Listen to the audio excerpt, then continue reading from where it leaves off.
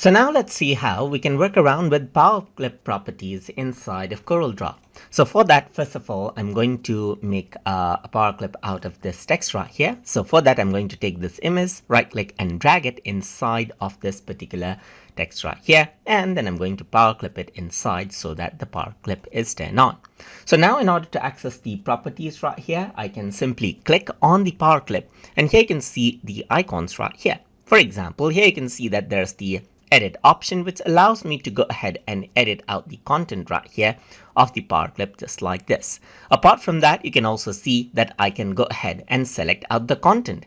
So now if I were to go ahead and select the content right here, this is what you have. And you can see that now I can simply go ahead and let's say, for example, change this out right here just like this, and only the selection right here actually changes out once you go ahead and do that.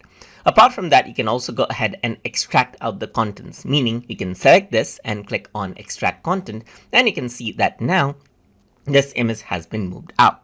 Let me just right click and then drag it inside of this particular text right here, and the Powerclip is inside, as you can see.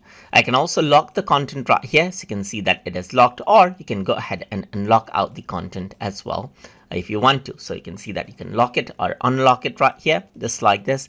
If I were to go around and unlock it, then you can see that you get the handles and everything right here, just like this.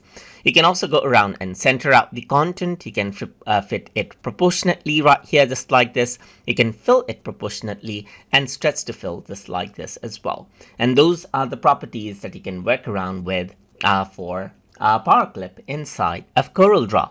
So hope you guys learned something as always. And as always, please like, comment, share, and subscribe.